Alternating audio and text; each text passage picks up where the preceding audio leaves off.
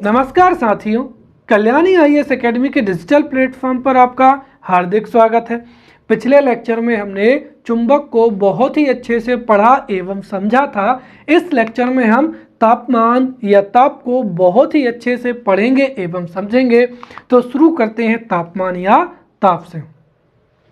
ताप तप्तता या शीतलता की आपेक्षिक अवस्था का माप या सूचक होता है, अर्थात कोई वस्तु कितनी तप्त है या कितनी शीतल है, इसकी तुलनात्मक जो अध्ययन है या इसकी तुलना की जो माप है उसको ही क्या कहा जाता है, ताप कहा जाता है। और यहाँ पर ये जो दोनों शब्द हैं, तप्तता एवं शीतलता, ये भी कैसे शब्द हैं, ये आपेक्षिक पद है, अर्थात हमेशा तुलना को ही क्या करते हैं, प्रदर्शित करते हैं।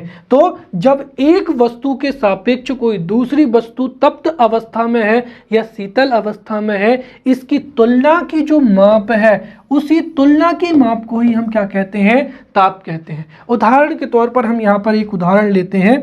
जैसे एक कमरे में यहाँ पर ये क्या रखा हुआ है, बर्फ रखा हुआ है, फिर एक गिलास में यहाँ पर क्या है, पानी है, राइट। और यहाँ पर फिर एक दूसरे गिलास में यहाँ पर क्या है, गर्म गर्म क्या है, चाय है, राइट। तो अगर आप ये कहें कि भाई जो बर्फ है ये ठंडा है या गर्म है, तो हमें यहाँ पर किसी दूसरी वस्तु की क्या करनी पड़ेगी, तुलना करनी पड़ेगी। भाई जैसे मैंने कहा कि यहाँ पर जो पानी है, राइट, ये पानी गर्म है, तो पानी से जब हम पानी की जो तुलना है वो चाय से करेंगे, गर्म चाय से, तो पानी से ज़्यादा गर्म तो क्या है, चाय है, और चाय से ज़्यादा भी गर्म कोई वस्तु है। वैसे ही यहाँ पर अगर हम बात करते हैं ठंडे की, तो इस जल से ठंडा कौन है, बर्फ हो जाएगा। तो इस तरीके से अगर हम देखें तो जो ताप है, ताप तप्तता या शीतलता की आपेक्षिक माप या क्या होता है, सूचक होता है। अर्थात एक वस्तु के सापेक्ष दूसरी वस्तु कितनी तप्त अवस्था में है या कितनी शीतल अवस्था में है, इसकी तुलना की माप को ही हम क्या कहते हैं, तापमान कहते हैं। यही कारण है कि अगर हम देखें तो एक जगह पर जो बर्फ है, अगर हम पानी एवं बर्फ देखें तो जल के सापेक्ष जो है बर्फ क्या है, ठंडी है, राइट। परंतु यहाँ पर चाय के सापेक्ष पानी क्या होगा, ठंडा होगा। वैसे ही यहाँ पर बर्फ के सापेक्ष पानी गर्म है और पानी के सापेक्ष जो है चाय क्या है, गर्म है। साथ ही साथ ये जो तापमान है ये ऊष्मा संचरण की दिशा को भी क्या करता है, निर्धारित करता है, राइट। और ऊष्मा संचरण क्या है इसको हम अगले लेक्चर में पढ़ेंगे। अब जो तापमान है, देखिए ताप हमारी जो 7 मौलिक मूल राशियां हैं, तो तापमान 7 मौलिक या मूल राशियों में जो है सम्मिलित है। और ताप की जो एसआई इकाई है वो क्या होती है, केल्विन होती है। तो जो ताप है या तापमान है ये 7 मूल राशियों में से एक है। इसकी एसआई जो इकाई है वो क्या है, केल्विन होती है, और यह एक कैसी राशि है, अदिश राशि है, राइट। अब हम यहाँ पर समझते हैं तापमापन। देखिए यहाँ पर जो ताप है, ताप या तापमान उष्णता या तप्तता या शीतलता की आपेक्षिक माप या क्या होता है, सूचक होता है। इसीलिए हम दो वस्तुओं में से कौन सी वस्तु ज़्यादा गर्म है या ज़्यादा ठंडी है या ज़्यादा तप्त है या शीतल है, इसको हम उस वस्तु को छूकर ही बता सकते हैं। परंतु किसी भी वस्तु को अगर हम छूकर उसका तापमान निर्धारित करें तो ये जो है वैज्ञानिक कार्यों में क्या है, अनुपयोगी है। अर्थात हम किसी भी वस्तु को छूकर उस वस्तु का तापमान निर्धारित करें तो ये वैज्ञानिक रूप से उपयोगी नहीं है। परंतु यदि हम किसी निर्धारित पैमाने के आधार पर, राइट, किसी निर्धारित पैमाने के आधार पर उपयुक्त उपकरण से किसी भी वस्तु का ताप मापते हैं तो इसका वैज्ञानिक शोधों में प्रयोग हो सकता है, राइट। तो हम सीधा कह सकते हैं कि निर्धारित पैमानों के आधार पर, निर्धारित मापक्रम के आधार पर ताप का मापन ही क्या कहलाता है, ताप मापन कहलाता है, जिसको थर्मोमीटरी कहते हैं, राइट। अब हम यहाँ पर तापमापी के बारे में पढ़ेंगे या थर्मामीटर के बारे में पढ़ेंगे, और ये हमारे सिलेबस में मेंशन है। तो जितने भी तापमापियाँ हैं उनको हमको बहुत अच्छे से यहाँ पर तैयार कर लेना है। हो सकता है 11 नंबर में आपसे पूछ लिया जाए कि तापमापी क्या होता है तथा विभिन्न तापमापियों को सिद्धांत सहित समझाइए, या फिर ये भी पूछ सकते हैं कि जो द्रव तापमापी है वह किस सिद्धांत पर कार्य करती है, राइट। या जो प्लेटिनम तापमापी है वह किस सिद्धांत पर कार्य करती है। या तापमापी की परिभाषा देकर विभिन्न तापमापियों का वर्णन कीजिए। या फिर हो सकता है 5 नंबर में पूछ लें कि द्रव तापमापी क्या होती है। तो हम यहाँ पर एक एक करके जो जितने भी तापमापी हैं, राइट, जितने भी थर्मामीटर हैं उनको बहुत अच्छे से पढ़ेंगे। तो सबसे पहली चीज हम समझते हैं यहाँ पर तापमापी की।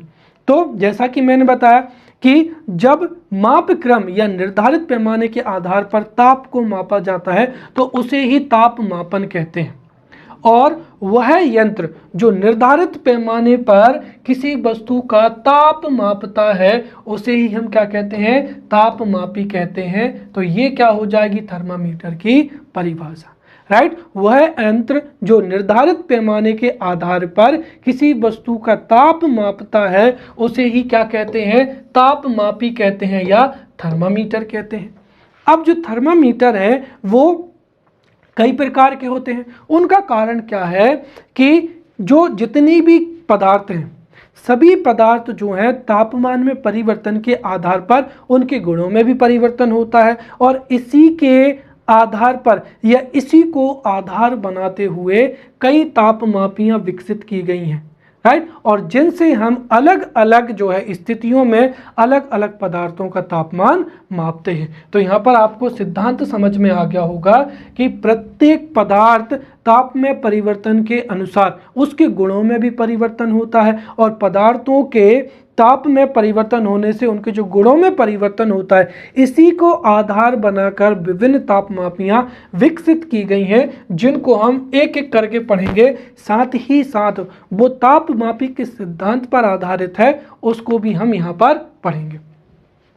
तो सबसे पहला हो जाएगा द्रव तापमापी, जिसको लिक्विड क्या कहते हैं, थर्मामीटर कहते हैं। तो लिक्विड थर्मामीटर क्या होता है समझते हैं, राइट। सीधी सी बात है कि देखिए वह तापमापी जिसमें द्रव या लिक्विड का प्रयोग करके ताप को मापा जाता है उसको ही हम क्या कहते हैं, द्रव तापमापी कहते हैं। तो वह तापमापी जिसमें लिक्विड या द्रव का प्रयोग करके ताप का मापन किया जाता है उस तापमापी को द्रव तापमापी कहते हैं। और यह किस सिद्धांत पर कार्य करती है, तो हमें पता है कि जब तापमान में परिवर्तन होता है तो तापमान में परिवर्तन के साथ द्रव के आयतन में क्या होता है, परिवर्तन होता है, राइट। तो जैसे जैसे द्रव का तापमान बढ़ेगा वैसे वैसे आयतन में परिवर्तन होगा और इसी के आधार पर जो तापमापी विकसित की गई है उस तापमापी को क्या कहते हैं, द्रव तापमापी कहते हैं।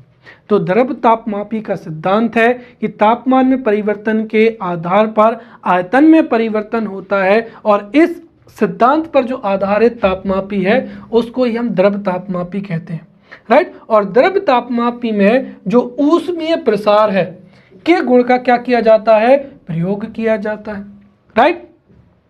एक तरीके से अगर हम देखें तो प्रत्येक पदार्थ में जैसे ही तापमान में वृद्धि होती है या प्रत्येक पदार्थ के तापमान में जैसे ही वृद्धि होती है तो उसका ऊष्मीय क्या होता है, प्रसार होता है। और ऊष्मीय प्रसार के गुण के प्रयोग से ही हम द्रव तापमापी से तापमान को मापते हैं। साथ ही साथ अगर हम देखते हैं कि जिस वस्तु का द्रव क्या होगा, जितना ज़्यादा होगा, जैसे ये क्या हो जाएगा, थर्मामीटर, राइट। अब मुझे अगर इसका तापमान मापा है तो मैं इसमें ये थर्मामीटर रख दूंगा। तो इस वस्तु का अगर ताप ज़्यादा है तो उससे इस द्रव के आयतन में भी क्या होगा, प्रसार होगा, जिसकी वजह से इसमें जो है इसकी केस नली में द्रव के आयतन में प्रसार होने से ये भी क्या होगा, बढ़ेगा। और उसके पाठ्यांक के आधार पर ही जो है हम द्रव तापमापी से तापमान को माप सकते हैं। तो ये 3 चीज़ों को यहाँ पर आपको अवश्य ही याद रखना है कि द्रव जो तापमापी है उसका सिद्धांत है तापमान में परिवर्तन होने पर आयतन में परिवर्तन होता है, ये द्रव तापमापी का सिद्धांत है। और इसमें जो ऊष्मीय प्रसार है या थर्मल एक्सपांसन है इस गुण का प्रयोग करते हैं, चूंकि ऊष्मीय प्रसार होने से द्रव में प्रसार होगा। इससे कांच की जो केस नली है उसमें द्रव की स्तंभ की लंबाई क्या होगी, बढ़ेगी, जिससे हम पाठ्यांक को नोट करेंगे और जो जिस वस्तु का हमको ताप मापना है उसका ताप मापन संभव हो जाएगा। अब जो ताप मापियां हैं वो दो प्रकार की हैं। एक हो जाएगी पारा ताप मापी, जिसको मरकरी थर्मामीटर कहते हैं, और इसे ही मरकरी थर्मामीटर को ही डॉक्टरी थर्मामीटर या मेडिकल थर्मामीटर भी कहते हैं।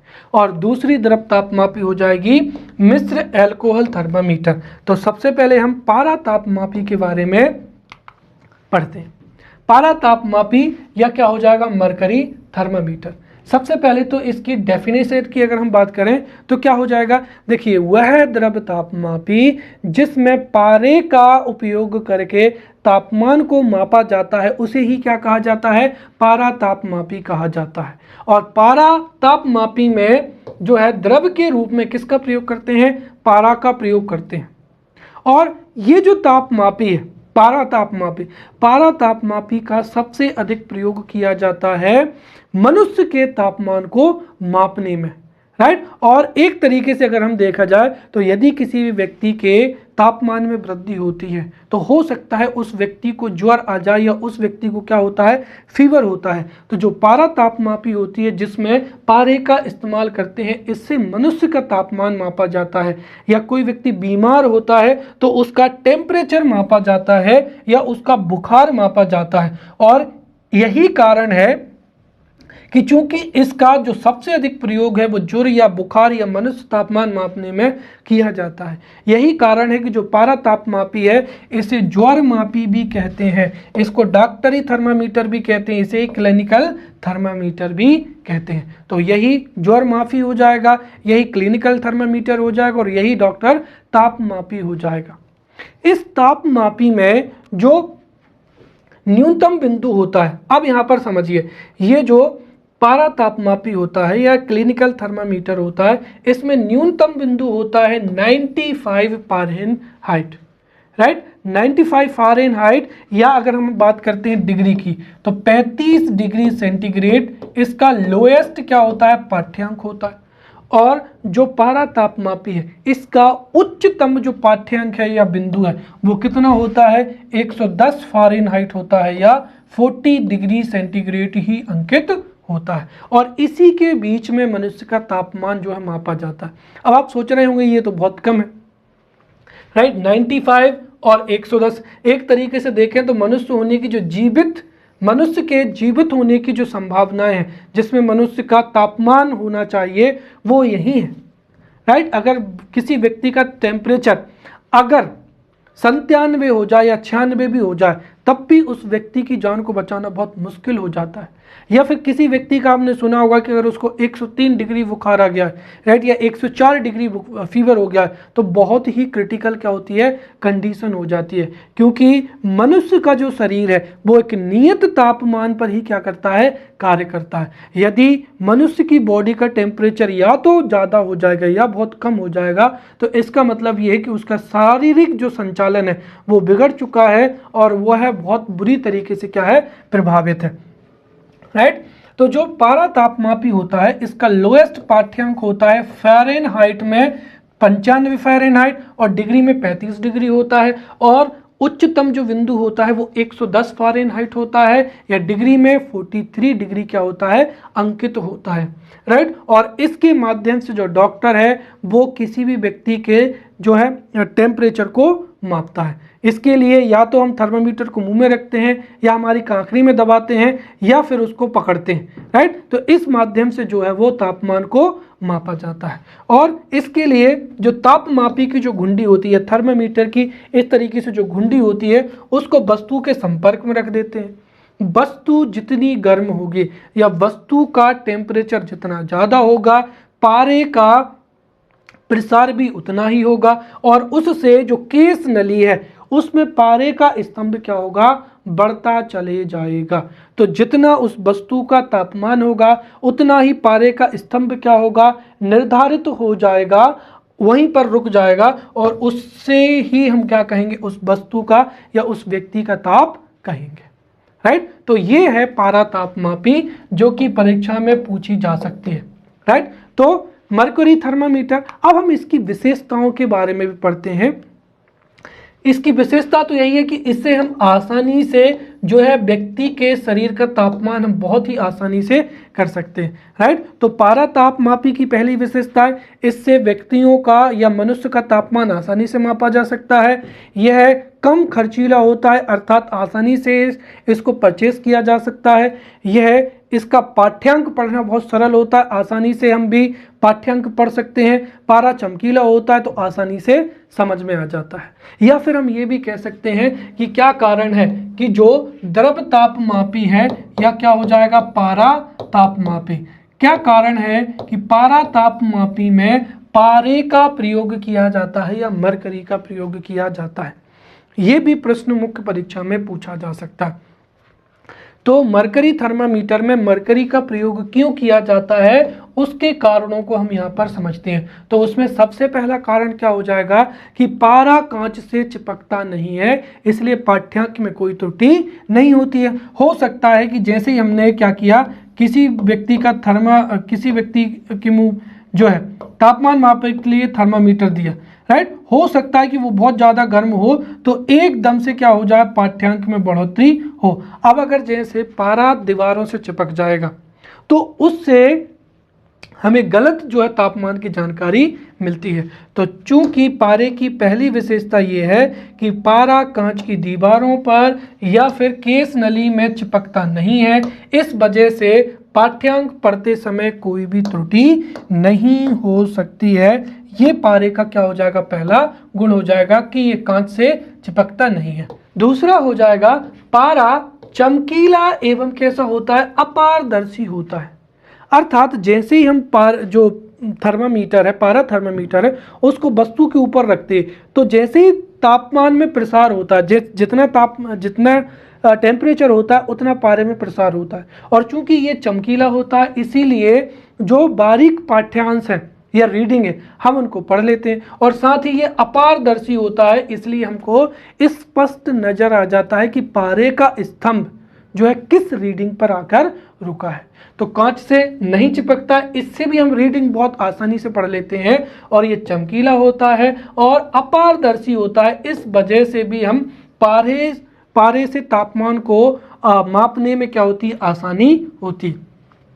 साथ ही जो शुद्ध पारा है वह भी हमें आसानी से मिल जाता है, अर्थात इसको आसानी से मैन्युफैक्चर भी किया जाता है, ये कारण हो जाएगा। साथ ही पारा जो है वो सर्वसुलभ होता है, आसानी से शुद्ध अवस्था में मिल जाता है। साथ ही कम खर्चीला होता है, इसीलिए भी जो है पारे का इस्तेमाल करते हैं। साथ ही जो पारा है वो ऊष्मा का क्या होता है, सुचालक होता है, राइट। पारा एक धातु है जो कि द्रव अवस्था में होता है और ये ऊष्मा का क्या होता है, सुचालक होता है। यही कारण है कि अगर किसी वस्तु के तापमान में कमी होती है या बढ़ोतरी होती है तो पारा से हम आसानी से उसके तापमान में जो भी परिवर्तन हो रहे हैं उसको हम माप सकते हैं। फिर पारा कैसा होता है, अवाष्पशील द्रव है।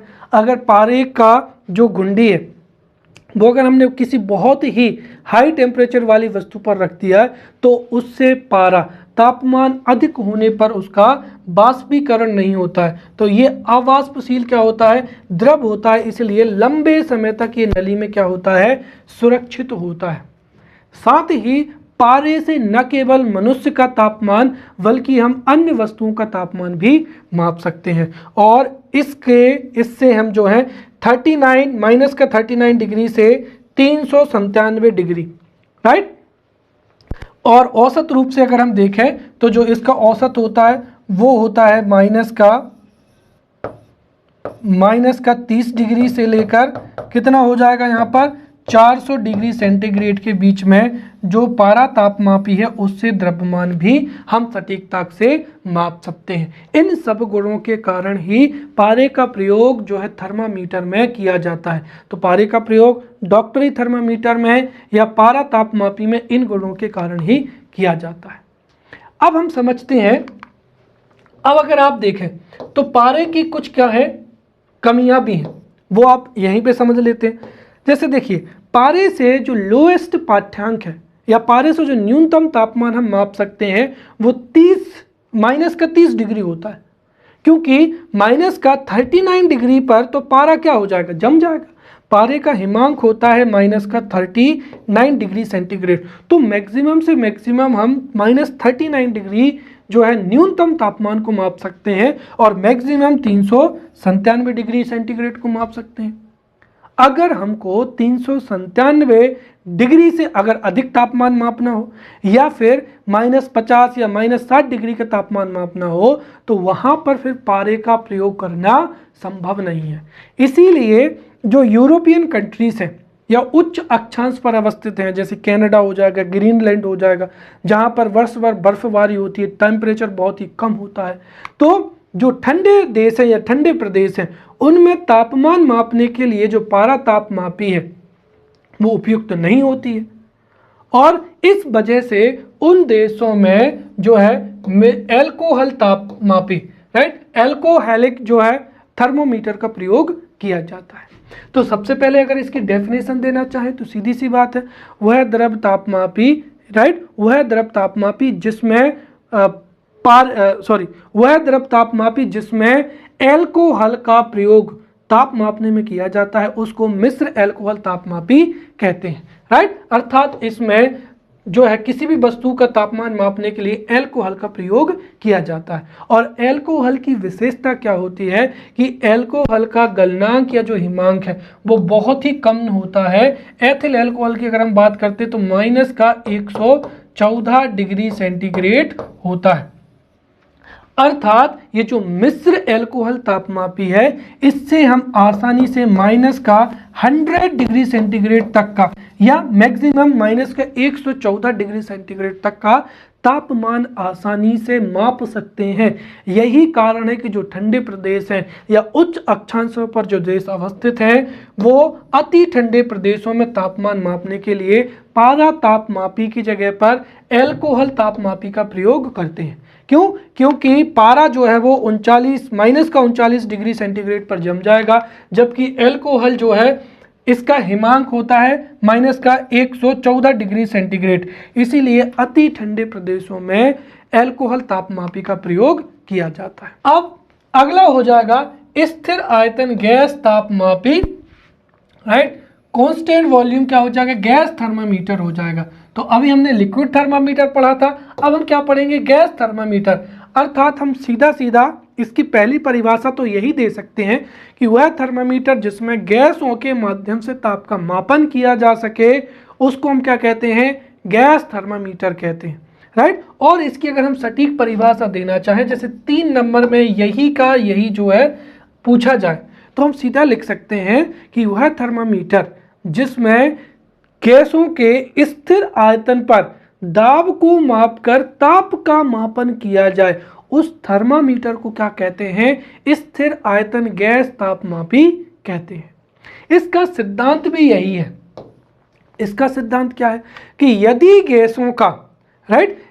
गैसों का आयतन स्थिर रखा जाए और उसके तापमान में परिवर्तन किया जाए तो इससे गैसों के दाब में क्या होता है, परिवर्तन होता है, प्रेशर में परिवर्तन होता है।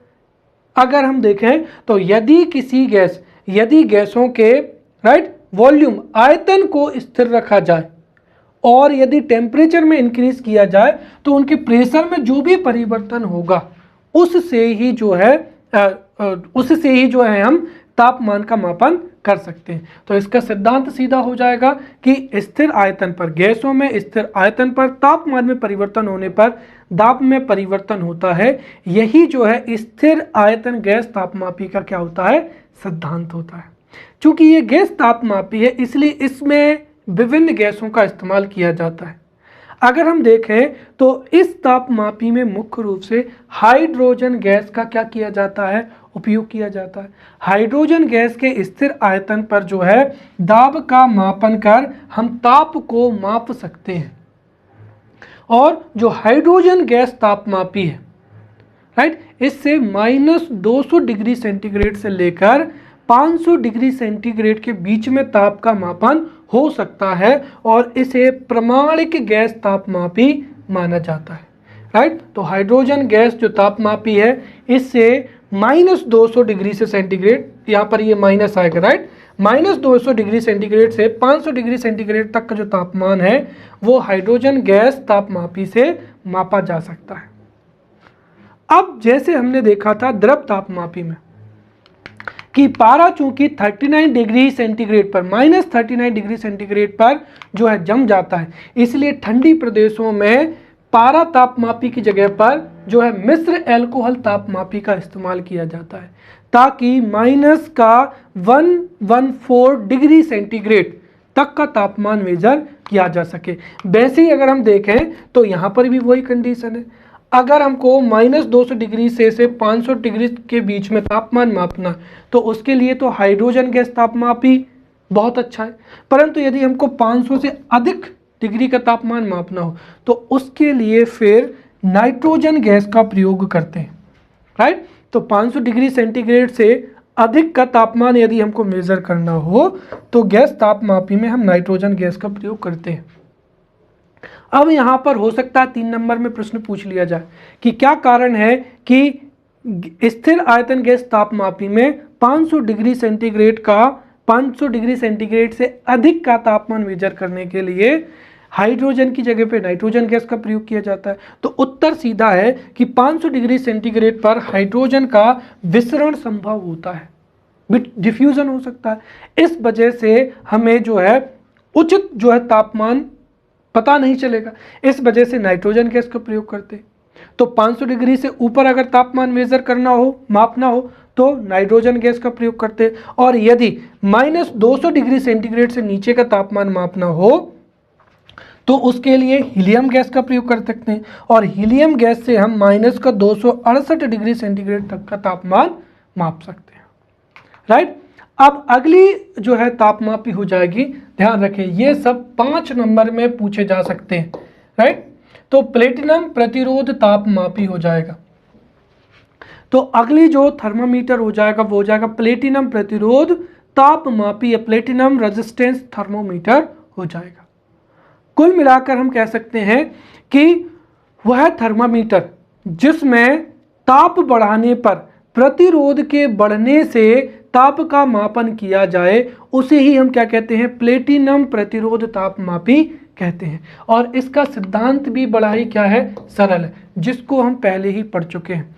हमें पता है कि जो धातुएं होती हैं, राइट, धातुओं का ताप अगर बढ़ा जाए तो उनका प्रतिरोध भी क्या होता है, बढ़ता है, राइट। और इसी के आधार पर जो है हम वस्तुओं का तापमान भी माप सकते हैं। तो इसका सिद्धांत बिल्कुल सरल है कि यदि किसी धातु के तार का विद्युत प्रतिरोध, तार का यदि हम ताप बढ़ा दें तो ताप बढ़ाने पर तार का प्रतिरोध भी क्या होता है, बढ़ जाता है।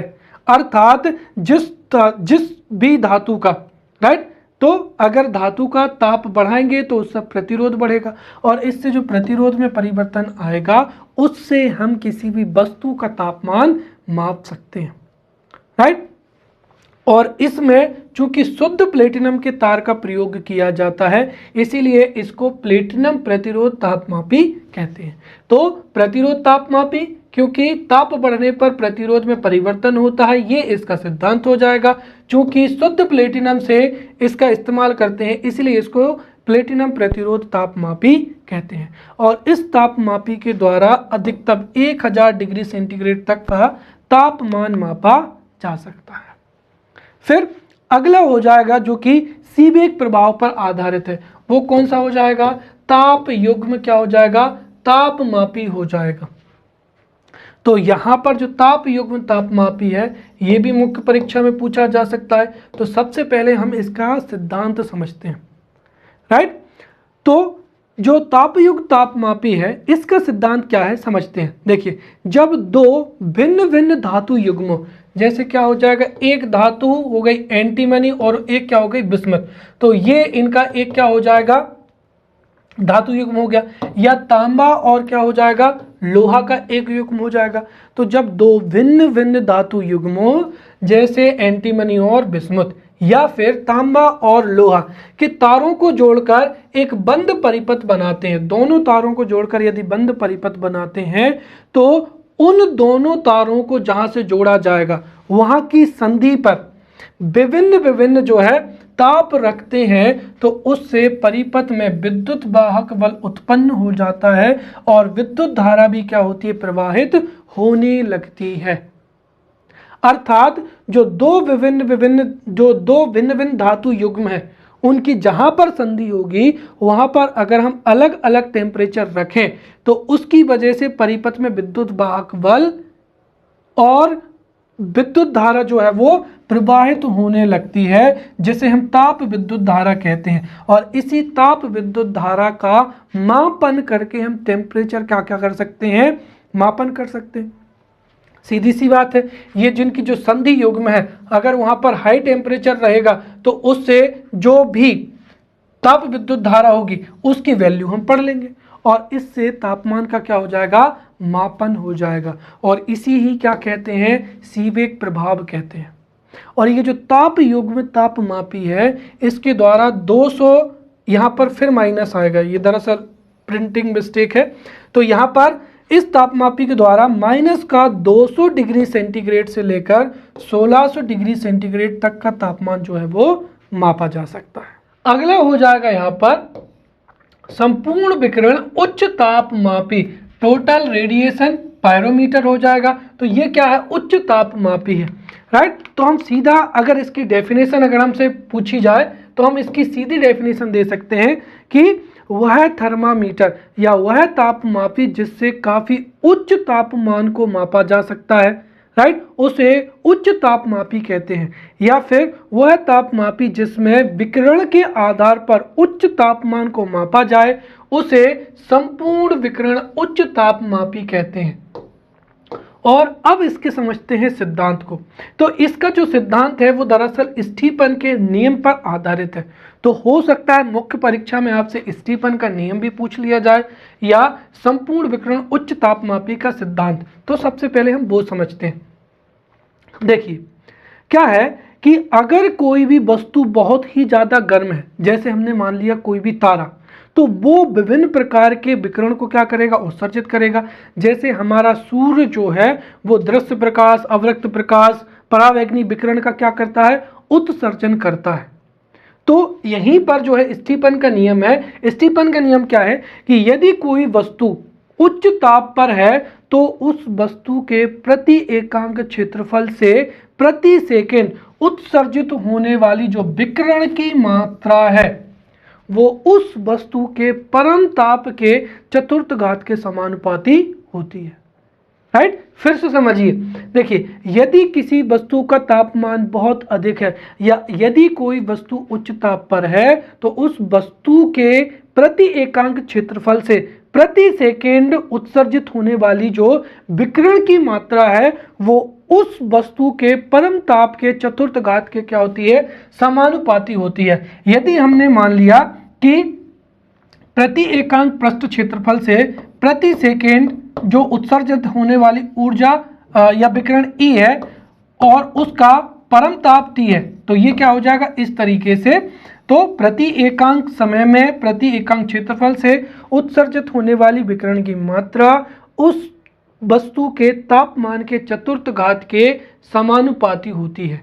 और इसे ही क्या कहा जाता है, स्टीफन का नियम कहा जाता है, राइट। दरअसल जो जितनी भी अति तप्त वस्तुएं हैं, अति तप्त वस्तुएं जिसमें मुख्य रूप से तारे आते हैं, तो तारे जो हैं वो सभी प्रकार के विकिरण को क्या करते हैं, उत्सर्जित करते हैं। और उसी विकिरण के आधार पर जो है हम उनका तापमान माप सकते हैं। और इस तापमापी से अत्यधिक उच्च तापमापे जो है वो ज्ञात की जाती है, या हम विशेष रूप से कह सकते हैं कि संपूर्ण विकिरण उच्च तापमापी से ही जो तारे हैं उनका ताप क्या किया जाता है, मापा जाता है, राइट। और इस तापमापी के द्वारा लगभग 800 डिग्री सेंटीग्रेड से लेकर 3000 सेंटीग्रेड तक के ताप का मापन किया जा सकता है, राइट। और जैसे जैसे हम सीधी सीधी बात है कि जो उत्सर्जित विकिरण है, किसी भी तारे के द्वारा जो उत्सर्जित विकिरण है उसके आधार पर उसका जो है ताप का मापन किया जाता है,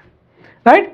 अब अगली हो जाएगी हमारी प्रकाशित उच्च तापमापी, राइट। तो इसमें भी उच्च शब्द है, सीधी सी बात हम यहाँ पर भी लिख सकते हैं कि जो प्रकाशित उच्च तापमापी वह तापमापी है जिससे हम अति उच्च जो है तापमान को माप सकते हैं और इसका सिद्धांत हम समझते हैं, राइट। तो इसका जो सिद्धांत है वो वीन के विकिरण संबंधी विस्थापन नियम के आधार पर है, राइट। वीन के विकिरण संबंधी विस्थापन जो नियम है वही प्रकाशिक उच्च तापमापी का क्या है, सिद्धांत है।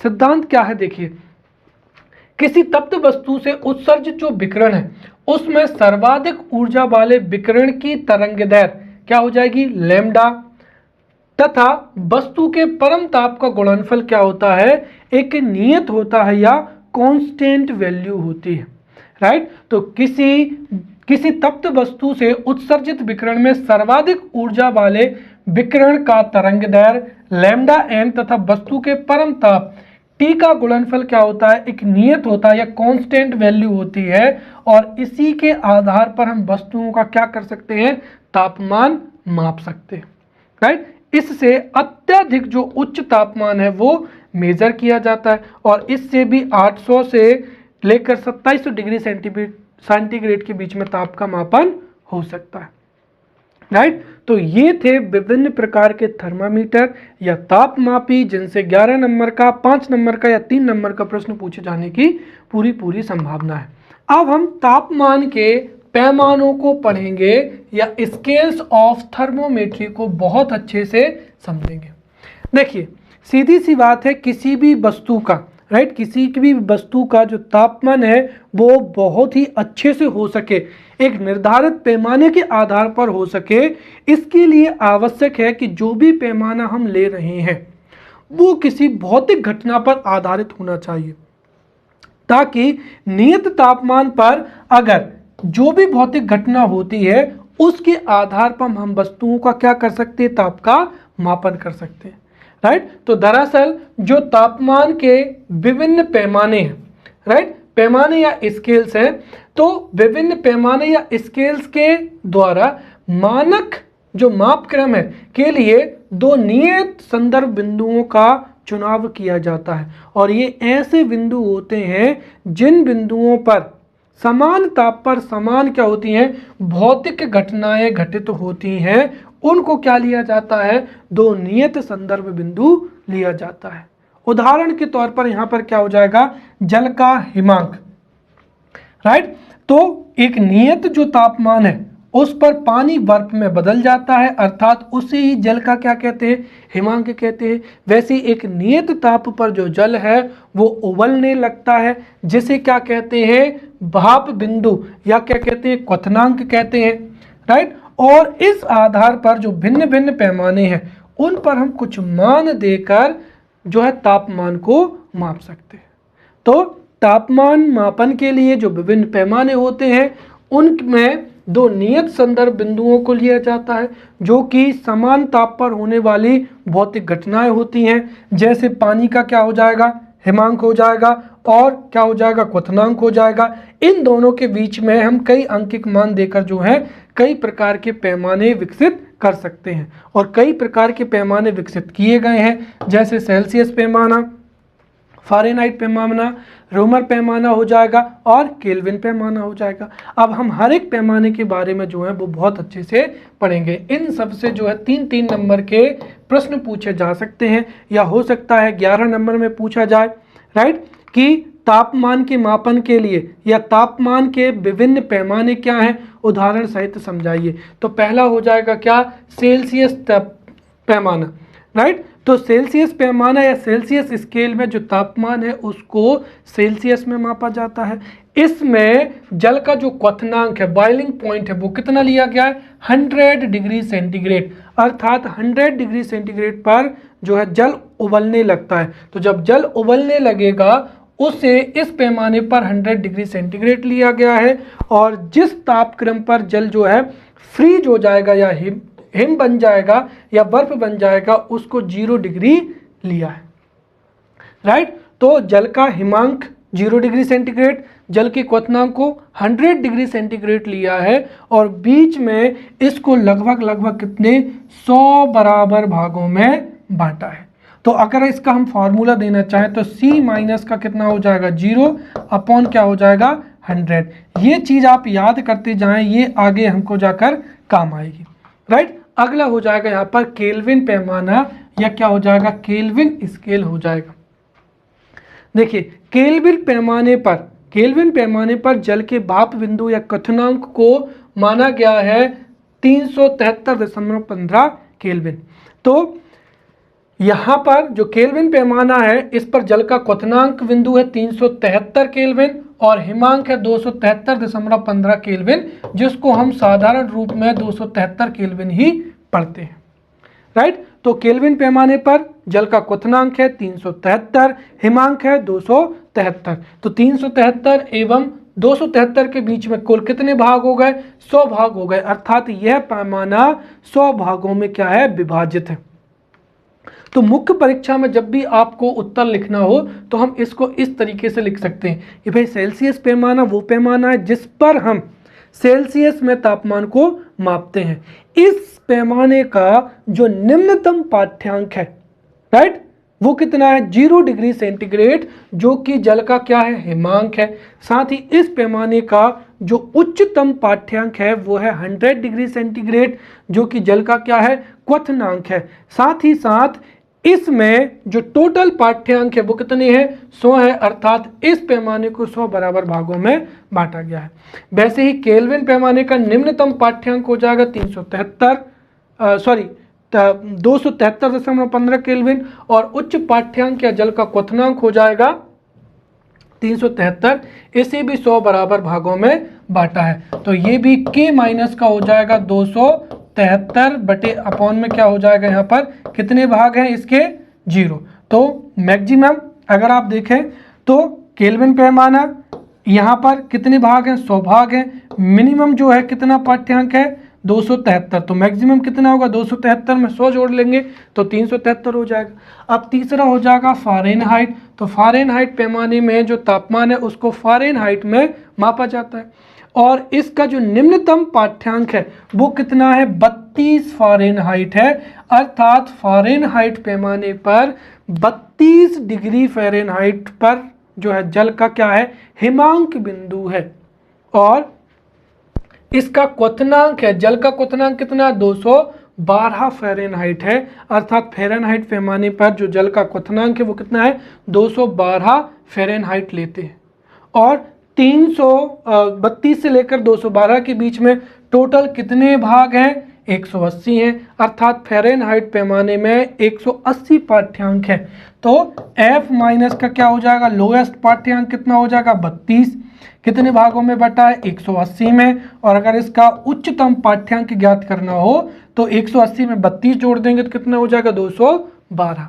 फिर अगला पैमाना हो जाएगा यहाँ पर रोमर पैमाना।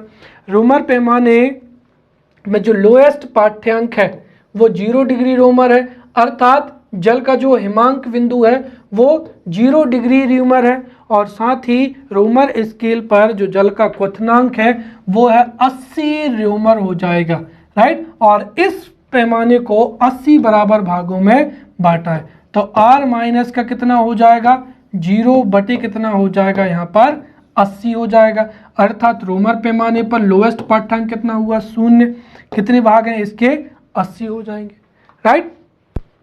अब यहाँ पर एक 5 नंबर का प्रश्न आपसे पूछा जा सकता है कि सेल्सियस पैमाना, केल्विन पैमाना, फ़ारेनहाइट और रोमर पैमाने के बीच में संबंध बताइए, या फिर सेल्सियस पैमाना और फ़ारेनहाइट पैमाने में क्या संबंध है, या केल्विन पैमाना और रोमन पैमाने में क्या संबंध है। ये प्रश्न जो है मुख्य परीक्षा में पूछा जा सकता है। तो हम यहाँ पर जो है जो तापमान के विभिन्न प्रचलित पैमाने, राइट, तो तापमान के मापन के सेल्सियस पैमाना, केल्विन, फ़ारेनहाइट और रोमर पैमानों के बीच में संबंध दर्शाते हैं, राइट।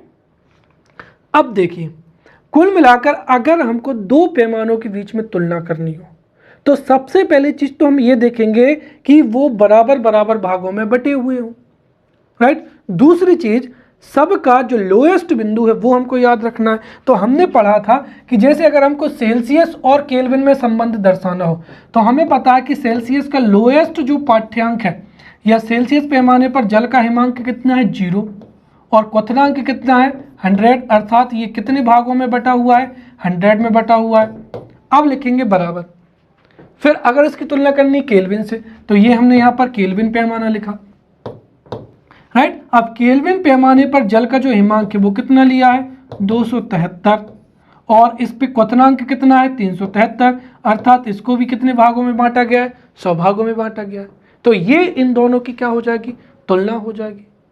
अब अगर जैसे आपको उदाहरण करना है, उदाहरण देना है, जैसे अगर हम ये देखें तो अगर इसका उदाहरण अगर हम देखें तो ये क्या हो जाएगा, C/100 बटे कितना हो जाएगा, K माइनस का 273 बटे क्या हो जाएगा, 100 हो जाएगा, 100 से 100 कैंसिल हो जाएगा।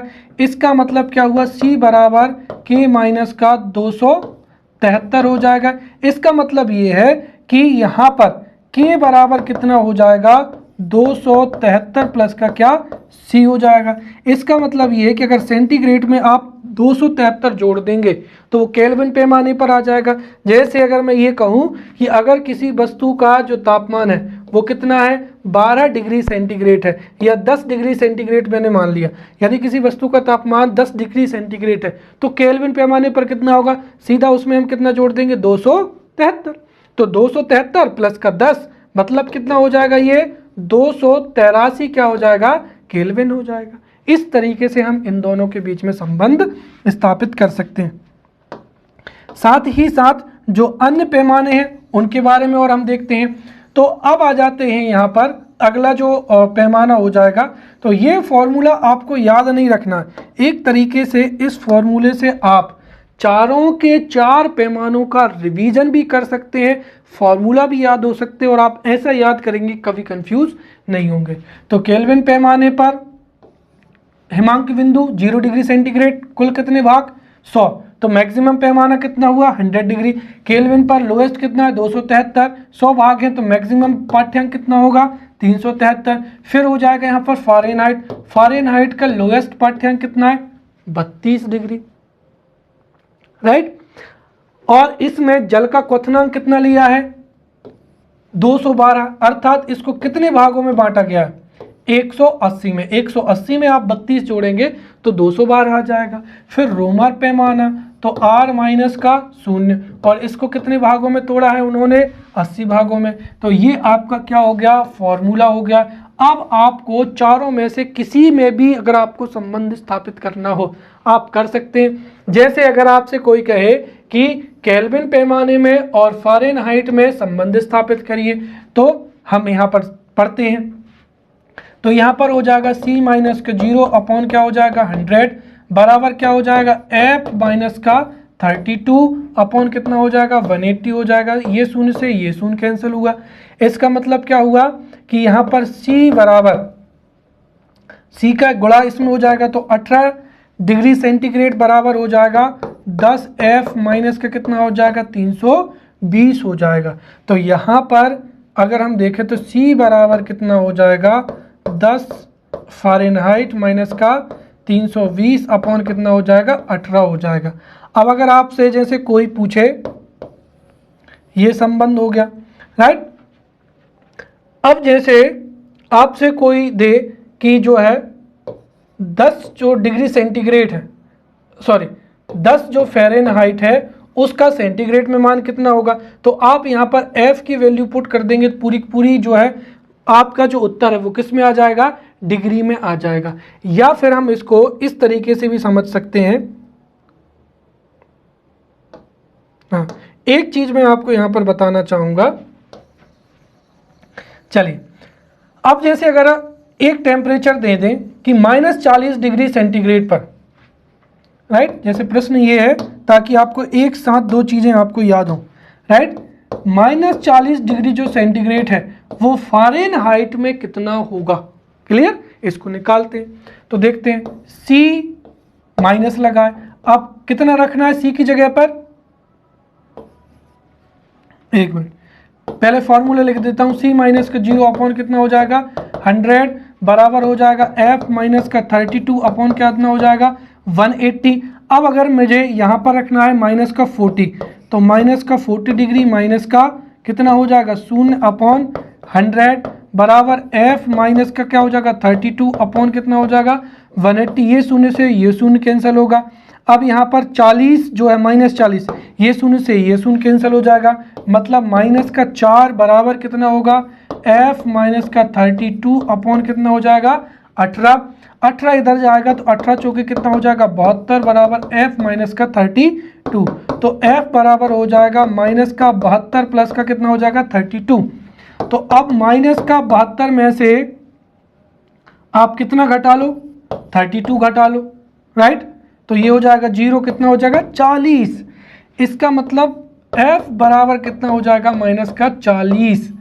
इसका मतलब तो ये हुआ कि फ़ारेनहाइट पैमाने पर और केल्विन पैमाने पर जो पाठ्यांक है वो क्या होता है, बराबर होता है। तो ये यहाँ पर फैक्ट लिखा जिसको हमने अभी समझा है कि -40 डिग्री सेंटीग्रेड एक ऐसा तापमान है जो कि फ़ारेनहाइट पर और सेंटीग्रेड दोनों का पाठ्यांक क्या होता है, एक ही होता है।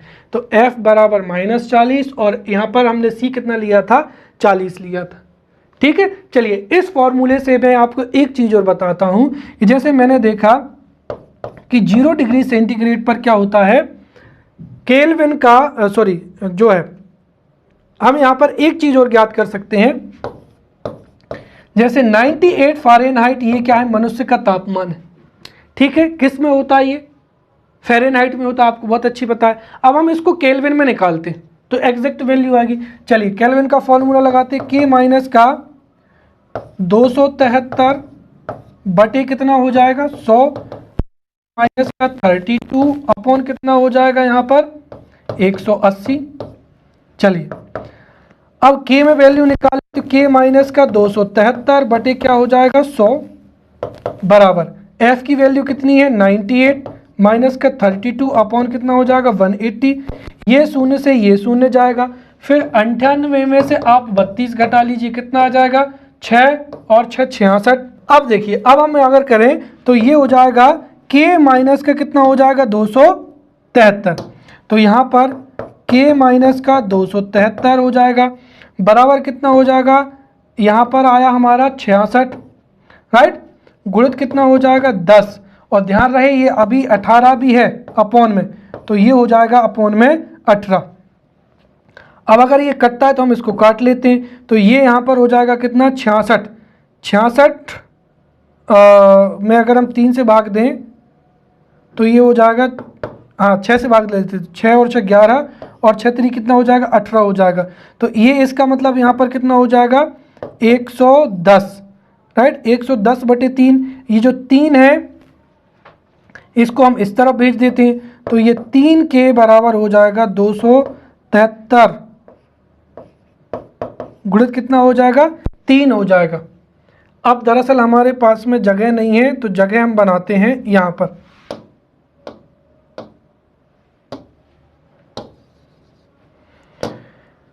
चलिए अब समझिए, तो ये हो जाएगा 3 के माइनस का 3 का गुणा करते हैं हम यहाँ पर 273 में 3 का गुणा, तो यहाँ पर हो जाएगा 3 तिरका कितना हो जाएगा 9, 3 7 21, 1 और 3 दूना 6 और 1 कितना हो जाएगा 7 बराबर कितना हुआ 110। अब अगर हम देखें तो ये 3 के बराबर कितना हो जाएगा 110 प्लस का कितना हो जाएगा 719। अब इनको हम क्या कर लेते हैं, जोड़ लेते हैं, तो 719 110 बराबर 9 का 9, 1 और 1 2 और ये कितना हो जाएगा 829। अब देखिए 3 के बराबर हो गया 829। अब इसको आप किससे भाग दे दीजिए 3 से, सो 829 को हम देखते हैं 3 से भाग, तो 3 दूना 6 बच गया 2, 3 7 21 बच गया कितना 1, और यहाँ पर कितना आ गया अब 9, तो 200 यहाँ पर टीचिंग कितना हो जाएगा 18 हो जाएगा। तो एक्यूरेट ये आ गया कितना यहाँ पर 276, राइट। तो k बराबर कितना आ गया 276। अब देखिए यहाँ पर 276 क्यों आया, क्योंकि हमने 98.6 नहीं लिया, ये थोड़ी गलती हो गई यहाँ पर। अगर आप इसको 98.6 लेते ना तो ये कैलकुलेशन बिल्कुल राइट आती और यहाँ पर 276 की जगह पर कितना आता 273 आता। बहरहाल मेरा मकसद था कि आप इस फॉर्मूले को अच्छे से याद रखें ताकि आप परीक्षा में अगर इन चारों के बीच में कोई भी संबंध हो तो आप संबंध को भी बता पाएं। अगर जैसे कभी इस तरीके का न्यूमेरिकल आया तो वो भी आप बता पाएं, राइट। तो ये दोनों चीज़ें भी आप याद रखेंगे।